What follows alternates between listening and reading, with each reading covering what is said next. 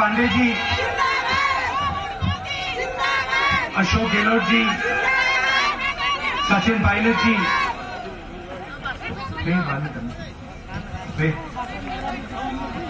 रघु शर्मा जी,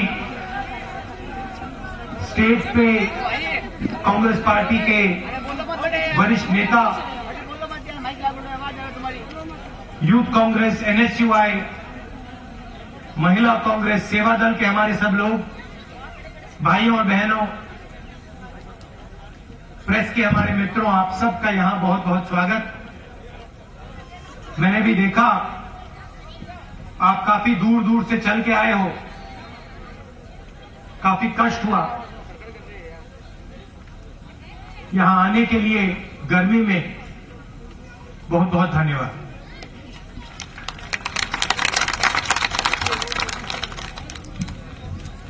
हमारे सामने चुनाव है और दो विचारधाराओं की लड़ाई। एक तरफ बीजेपी, नरेंद्र मोदी, आरएसएस की विचारधारा, देश को बांटने की विचारधारा, नफरत फैलाने की विचारधारा। दूसरी तरफ कांग्रेस पार्टी, आप सब लोग, हम सब लोग, भाईचारा, प्यार और जोड़ने की विचारधारा। लड़ाई इन दोनों के बीच में है।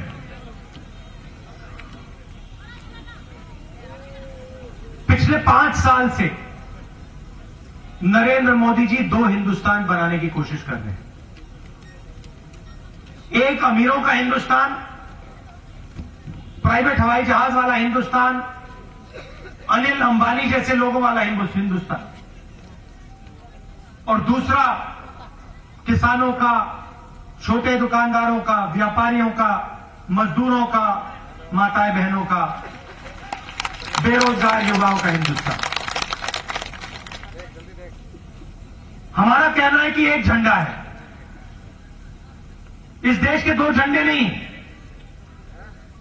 तो अगर एक झंडा है तो एक हिंदुस्तान होना चाहिए। उसमें सब लोगों के लिए जगह होनी चाहिए।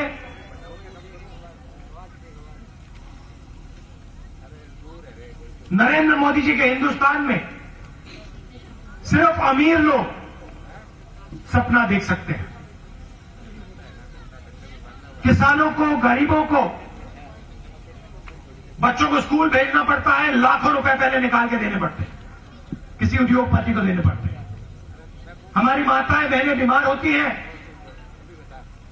इनके बेटे बीमार होते हैं, प्राइवेट अस्पताल में जाना पड़ता है। पहले एमआरआई कराओ, हजारों रुपए दो, एक्सरे कराओ, हजारों रुपए दो, उसके बाद में इलाज कराओ, लाखों रुपए दो।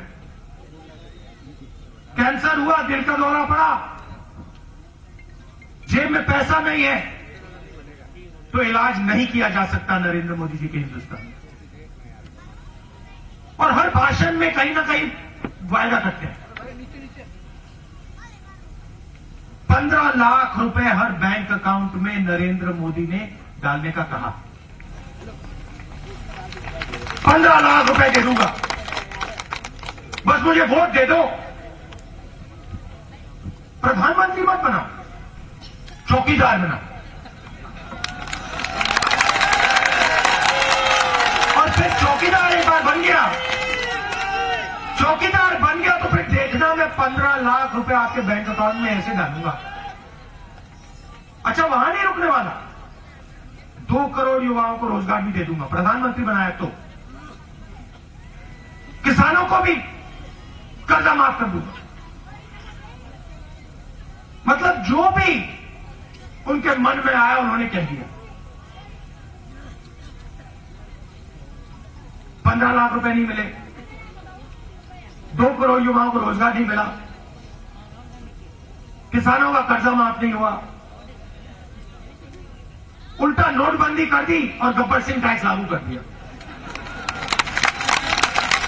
कहते हैं जो आपका था वो भी मुझे चाहिए। जो इन माताओं बहनों के घर में था पैसा, इनका बचा कर रखा था, जो नरेंद्र मोदी कहते हैं नहीं, मैं रोजगार नहीं दूंगा, 15 लाख नहीं दूंगा, किसानों का कर्जा माफ नहीं करूंगा, मगर जो आपके जेब में, जो आपके घर में, वो भी छीन के मैं नीरव मोदी को दे दूंगा। और आप देखिए पिछले 5 साल में जो भी गरीबों की मदद करने की योजनाएं थी, उनको नरेंद्र मोदी ने कमजोर किया। मनरेगा के बारे में भाषण किया पार्लियामेंट हाउस में, मैंने देखा, कहते हैं सबसे बेकार स्कीम है।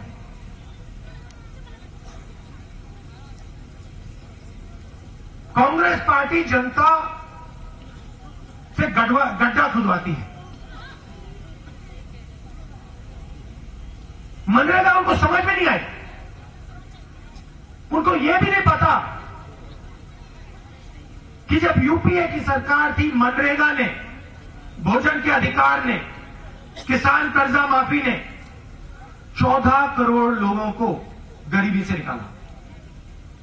और जो हमने 10 साल में किया, मनरेगा ने किया, भोजन के अधिकार ने किया, अलग अलग स्कीम ने किया, किसान कर्जा माफी ने किया, उस सब को नरेंद्र मोदी जी ने 5 साल में खत्म कर दिया।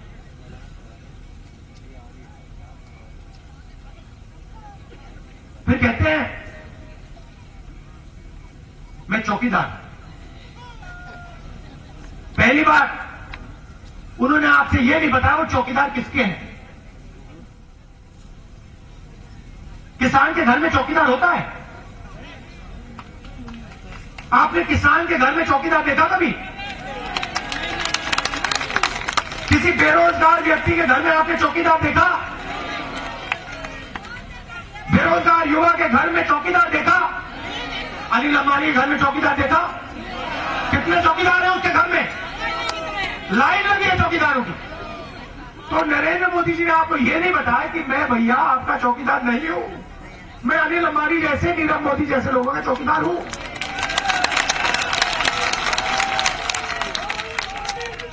राफेल के बारे में थोड़ा सा बताना चाहता हूं। यहां पे एयरफोर्स की बेस है, मिग हवाई जहाज जिसने पाकिस्तान पे आक्रमण किया इस एयरफोर्स की एयरबेस पे, उसको बनाया किसने? हिंदुस्तान एरोनॉटिकल लिमिटेड कंपनी है, सरकारी कंपनी, 70 साल से हिंदुस्तान के लिए हवाई जहाज बना रही। राजस्थान के युवा उन हवाई जहाजों को उड़ाते हैं, सीआरपीएफ के लोग शहीद होते हैं, आप देश की रक्षा करते हो। राफेल हवाई जहाज एयरफोर्स खरीदना चाहती थी। दुनिया का सबसे अच्छा हवाई जहाज है, हाई टेक्नोलॉजी हवाई जहाज है। यूपीए सरकार ने 2 शर्तें रखी थी। पहली शर्त, हवाई जहाज हिंदुस्तान में बनाया जाएगा, हिंदुस्तान एरोनॉटिकल लिमिटेड सरकारी कंपनी बनाएगी और देश में अलग अलग प्रदेशों में फैक्ट्री लगेगी, राजस्थान के युवाओं को रोजगार मिलेगा, गरीब लोगों के घर में पैसा आएगा। और दूसरी शर्त, 526 करोड़ रुपए एक हवाई जहाज के लिए दिए जाएंगे। दाम 526 करोड़ रुपए का था।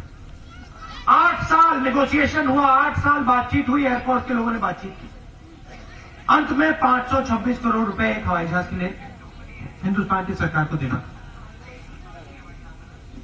नरेंद्र मोदी प्रधानमंत्री बनते हैं, सीधा फ्रांस जाते हैं। आप पता लगाइए, उनके डेलीगेशन में अनिल अंबानी जी उनके साथ गए। अनिल अंबानी ने हवाई जहाज नहीं बनाया कभी, जिंदगी में उसने हवाई जहाज नहीं बनाया। उल्टा 45,000 करोड़ रुपए का कर्जा है उस पर, हिंदुस्तान के बैंक से पैसा ले रखा, वापस नहीं देता है।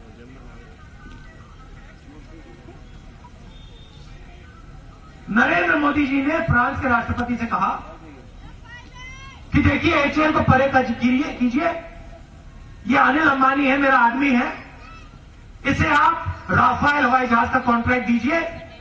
हवाई जहाज हिंदुस्तान में बनाने की कोई जरूरत नहीं, फ्रांस में बनेगा। 526 करोड़ रुपए का हवाई जहाज नहीं खरीदेंगे, 1600 करोड़ रुपए में खरीदेंगे। आप कहो 1600 रुपए में खरीदा जाएगा, मैं आपको 1600 रुपए में करा दूंगा। ये मैं नहीं कह रहा हूं, फ्रांस का राष्ट्रपति ने कहा। इंटरनेट पे जाइए, जो युवा है यहां इंटरनेट पे जाइए, पता लगाइए। फ्रांस के राष्ट्रपति का नाम हॉलैंड है। हॉलैंड ने नरेंद्र मोदी जी के बारे में बयान दिया कि नरेंद्र मोदी हिंदुस्तान के चौकीदार ने मुझे बताया है कि अनिल अंबानी से चोरी करवानी है।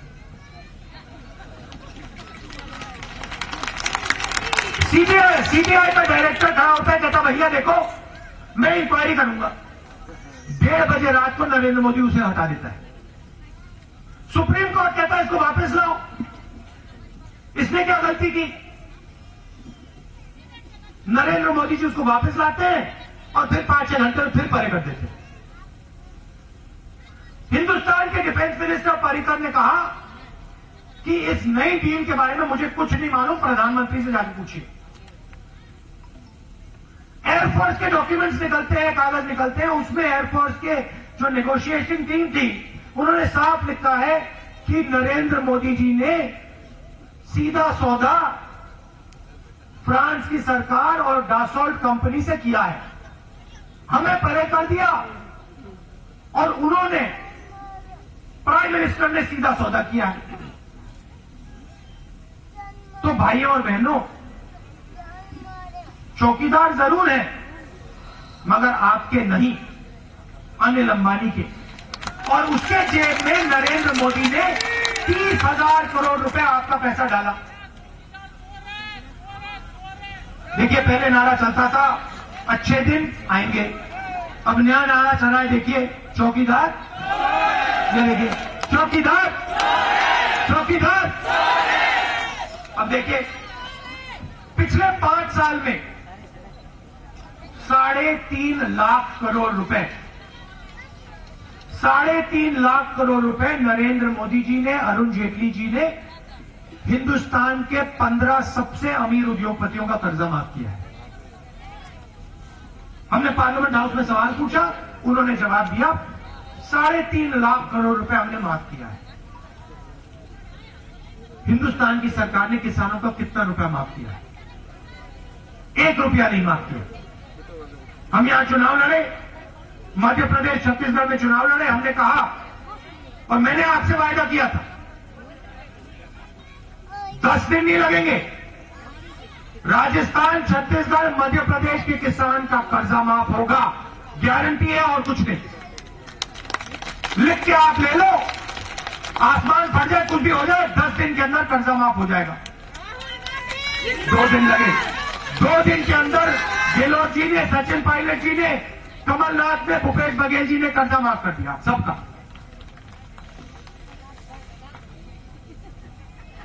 हम गरीबों की मदद करना चाहते हैं, हम न्याय चाहते हैं, 2 हिंदुस्तान नहीं बनने देंगे। और पिछले 5 साल में नरेंद्र मोदी ने इतनी बेरोजगारी कर दी है, जो पहले गरीब नहीं थे, जिनको कांग्रेस पार्टी ने गरीबी से निकाला था, उन सबको नरेंद्र मोदी जी ने वापस गरीब बना दिया है। पहला झटका नोटबंदी, आप सब लाइन में खड़े थे ना, बैंक के सामने आप सब लाइन में खड़े थे, याद है आपको? माताएं बहनें आप खड़ी थी, खड़े थे ना आप सब? प्रधानमंत्री ने कहा था ना काले धन के खिलाफ लड़ाई है। आपके साथ लाइन में सूट बूट वाले अमीर लोग खड़े थे, आपने एक देखा? किसान खड़े थे ना, मजदूर थे, छोटे दुकानदार थे, बेरोजगार लोग थे। अनिल अंबानी देखा आपने? नीरव मोदी देखा? मेहुल चोकसी देखा? ललित मोदी देखा? विजय माल्या देखा? ना, एक नहीं था। तो काले धन, मैं था, काले धन के खिलाफ लड़ाई चल रही थी, तो काले धन वाले लाइन में क्यों नहीं दिखाई दिए? क्योंकि नरेंद्र मोदी जी ने काले धन वालों की मदद की, आपका पूरा पैसा लेकर उनकी जेब में डाला, और उनका जो भी काला धन था, नोटबंदी के समय उन्होंने अपने काले धन को बैंक के पीछे दरवाजे से घुसकर सफेद कर दिया। माताओं, अमित शाह का गुजरात में बैंक है, बीजेपी के प्रेसिडेंट के बैंक ने, एक बैंक ने 700 करोड़ रुपए 700 करोड़ रुपए बदल के दिया। उनका बेटा है, 50,000 रुपए का बिजनेस था, महीनों में 80 करोड़ रुपए का बिजनेस हो गया। अरुण जेटली जी, उनकी बेटी के बैंक अकाउंट में मेहुल चोकसी ने पैसा डाला है। जाने से पहले विजय माल्या 10,000 करोड़ रुपए चोरी करके चला गया। जाने से पहले पार्लियामेंट हाउस में विजय माल्या अरुण जेटली से मिला। अरुण जेटली जी ने यह बात मानी कि हां, 10,000 करोड़ रुपए वाला चोर जाने से पहले मुझसे मिला पार्लियामेंट हाउस में, सबके सामने मिला। क्यों मिला? क्या कारण था? आपके हाथ में सीबीआई, आपके हाथ में इन्फोर्समेंट डायरेक्टरेट, आप फाइनेंस मिनिस्टर, चोर आपके पास आता है, कहता है मैं जा रहा हूं, लंदन जा रहा हूं, कहते हो भैया हां जाइए। क्यों? तो इन सब ने गरीबों का पैसा लूटा है। अरुण जेटली जी ने, नरेंद्र मोदी जी ने, अमित शाह ने, सबने लूटा है। उसके बाद कहते हैं अब हम गब्बर सिंह को लाएंगे, गब्बर सिंह टैक्स लाएंगे। आज तक हिंदुस्तान के किसी भी छोटे दुकानदार को, स्मॉल मीडियम बिजनेस वाले को, छोटे बिजनेस वाले को नहीं समझ आई कि ये गब्बर सिंह टैक्स क्या है। मोदी जी ने कहा था एक टैक्स होगा, 5 अलग अलग टैक्स हैं। दिन भर टैक्स वाले कम करते हैं दुकानदारों को, छोटे बिजनेस वालों को, मिडिल साइज बिजनेस वालों को। अलग अलग फॉर्म भरते जाओ, हर महीने फॉर्म भरो। हमने निर्णय ले लिया है 2019 में हमारी सरकार बनेगी, गब्बर सिंह टैक्स को हम सच्ची जीएसटी में बदल देंगे। एक टैक्स होगा, कम से कम टैक्स होगा, एक टैक्स, कम से कम टैक्स और साधारण टैक्स। मगर एक बात से मुझे काफी दुख हुआ है। पिछले 5 साल में जो मैंने 2 हिंदुस्तान की बात कही, नरेंद्र मोदी 2 हिंदुस्तान बनाने की कोशिश कर रहे हैं। और हम महीनों से, कांग्रेस पार्टी के जो नेता हैं, महीनों से हमारी चर्चा चल रही है कि इसके बारे में हम क्या करें। हमारी प्लानिंग चल रही थी कि गरीबों को गरीबी से निकालने का क्या तरीका हो सकता है। यूपीए की सरकार ने 10 साल में 14 करोड़ लोगों को निकाला, 25 करोड़ लोग बचे हैं। और मुझे 21वीं सदी के हिंदुस्तान में 25 करोड़ गरीब लोग, ये शर्म की बात है, ये पूरे देश के लिए शर्म की बात है। तो हम 6 महीने से काम कर रहे हैं कि हम गरीबी के खिलाफ किस प्रकार से युद्ध शुरू करें और हिंदुस्तान से गरीबी को कैसे मिटाया जाए। बड़ी हमने बातचीत की, 2-3 चीजें सामने थी। पिछले 5 साल में नरेंद्र मोदी जी ने एक के बाद एक अमीरों को पैसा दिया। अनिल अंबानी 30,000 करोड़ रुपए, मेहुल चोकसी 35,000 करोड़ रुपए, नीरव मोदी 30,000 करोड़ रुपए, 15 लोगों का 3.5 लाख करोड़ रुपए कर्जा माफ। जहां देखो आपकी जमीन छीन के ले जाते हैं, किसानों का कर्जा माफ नहीं करते। तो हमने सोचा ठीक है, अगर नरेंद्र मोदी जी अमीरों को पैसा देते हैं तो फिर कांग्रेस पार्टी गरीबों को पैसा देती। तो ये हमने निर्णय लिया और फिर हमने सोचा कि ठीक है भैया, कैसे किया जाए, तरीका क्या होना चाहिए और किसको और कितना पैसा मिलना चाहिए। बातचीत में 1-2 चीजें निकली। एक बात निकली कि हमें 21वीं सदी में हिंदुस्तान में एक मिनिमम कम से कम आमदनी की लाइन बना देनी चाहिए। मतलब इस लाइन से नीचे, इस आमदनी लाइन से नीचे इस देश में एक भी व्यक्ति नहीं होना चाहिए। तो फिर सवाल उठा कि ये कम से कम आमदनी की लाइन कितने रुपए की होनी चाहिए।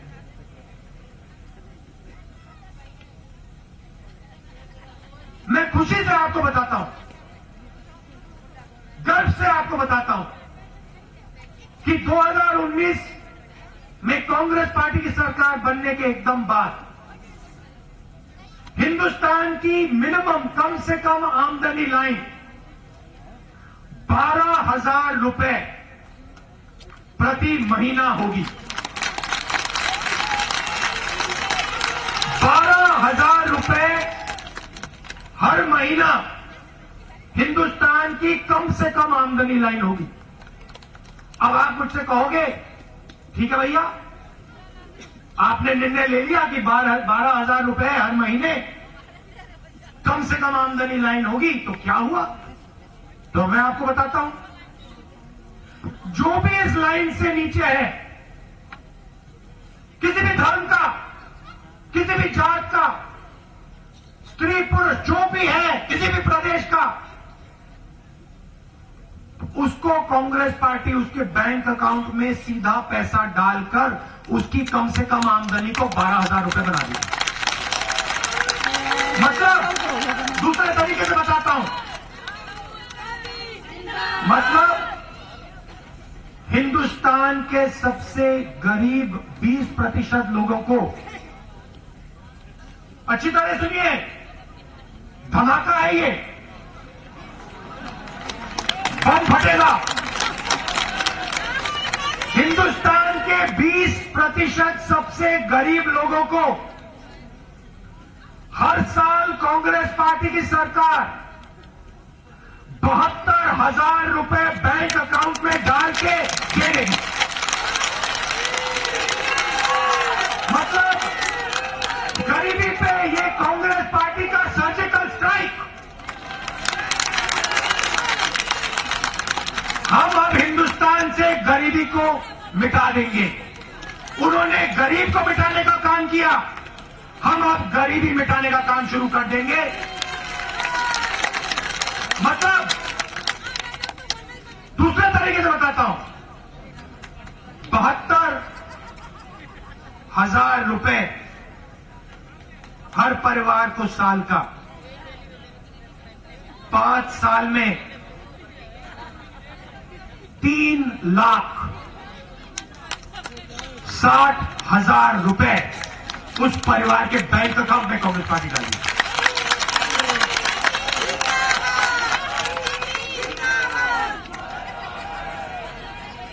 ऐसा काम इतिहास में किसी देश ने नहीं किया। हम इस बात को मानने के लिए तैयार नहीं है कि 21वीं सदी में हमारे देश में, इस महान देश में एक भी गरीब व्यक्ति हो। अगर एक भी गरीब व्यक्ति होगा, हम उसके बैंक अकाउंट में सीधा पैसा डालकर उसे गरीबी रेखा से, मिनिमम इनकम लाइन से ऊपर कर देंगे। अब नरेंद्र मोदी जी, अरुण जेटली जी कहते हैं पैसा कहां से आएगा, पैसा कहां से आएगा? नीरव मोदी, मेहुल चौकसी, ललित मोदी, विजय माल्या, मोदी जी आपने 15 लाख रुपए देने की बात की थी, आपने 1 रुपया नहीं दिया। मैं 15 लाख रुपए नहीं कहूंगा, मगर मैं 72,000 रुपए हर गरीब परिवार के बैंक अकाउंट में डाल के दिखाऊंगा। अब देखिए, आप मेरे जितने भी भाषण देखना चाहते देख लीजिए।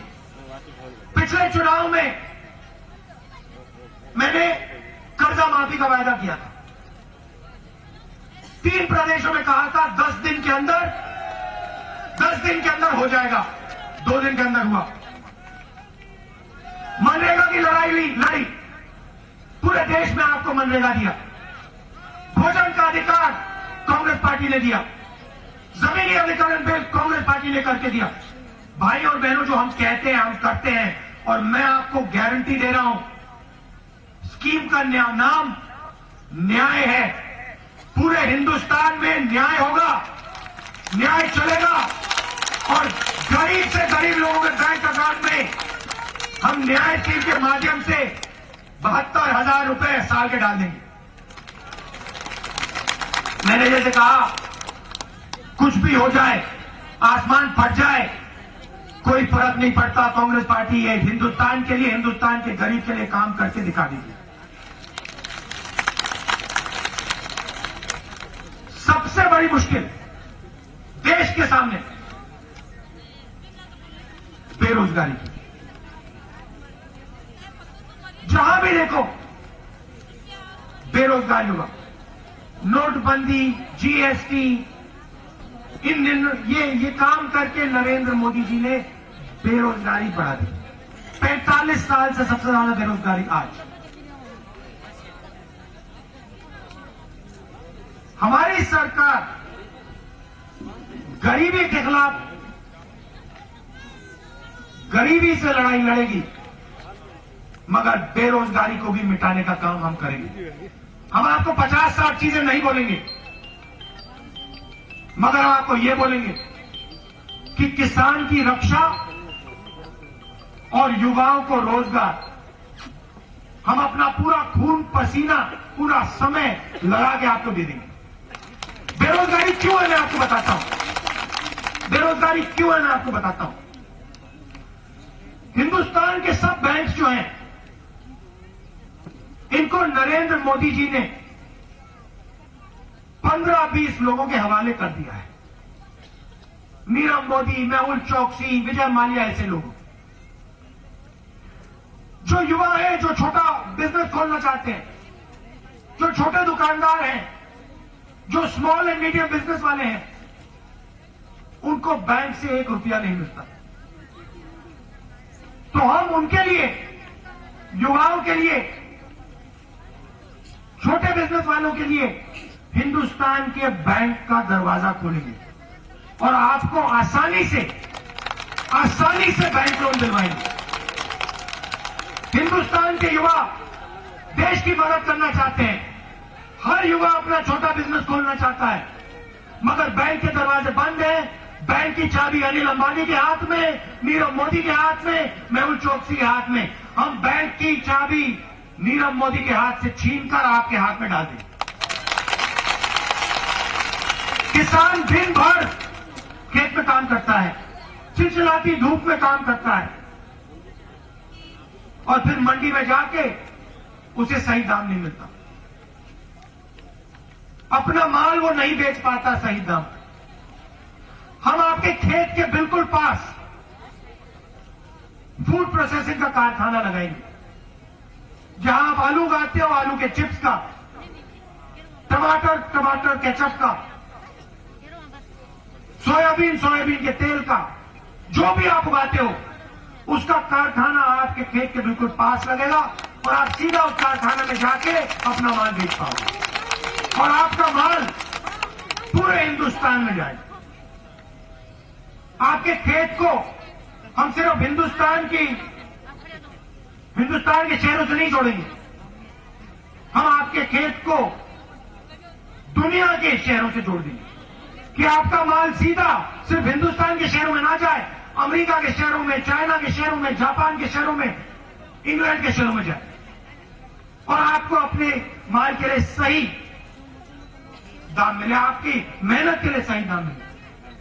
ये काम हम आपके लिए करना चाहते हैं। ऐतिहासिक काम है और आज मुझे बहुत गर्व हो रहा है, बहुत खुशी हो रही है कि जो आपके साथ पिछले 5 साल में अन्याय मिला, जो नरेंद्र मोदी जी ने आपके जेब से पैसा छीनकर, माताओं बहनों, आपके जेब से, आपके घर से जो पैसा उन्होंने छीना, जो उन्होंने नीरव मोदी के जेब में डाला, मैं बहुत खुशी से आपको कहना चाह रहा हूं, वो पैसा हम वापस आपके बैंक अकाउंट में डालने जा रहे हैं। आप सबका मैं दिल से धन्यवाद करना चाहता हूं। इतनी गर्मी में दूर से आए, आप मुझ पर भरोसा करते हो। जो मैं आपसे कहता हूं, आप जानते हो कि मैं आपसे सच्चाई बोलता हूं। दिल का रिश्ता है, सच्चाई का रिश्ता है, झूठ का रिश्ता नहीं है, अन्याय का रिश्ता नहीं है, प्यार का रिश्ता है। इसके लिए आप सबको दिल से बहुत बहुत धन्यवाद। नमस्कार, जय हिंद।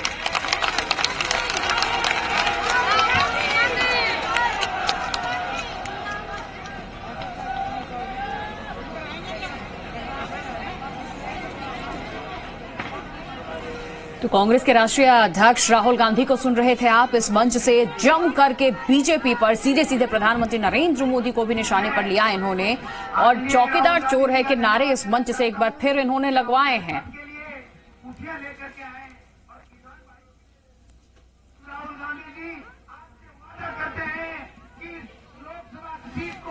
तो राहुल गांधी को सुन रहे थे आप। राजस्थान में राहुल की ये हुंकार, मंच से जनता को संबोधित किया, जनसंवाद किया, और कांग्रेस पार्टी का क्या विजन है एक बार फिर इन्होंने क्लियर किया। और यहां रुक रहे हम एक छोटे से ब्रेक के लिए, लौटेंगे फौरन।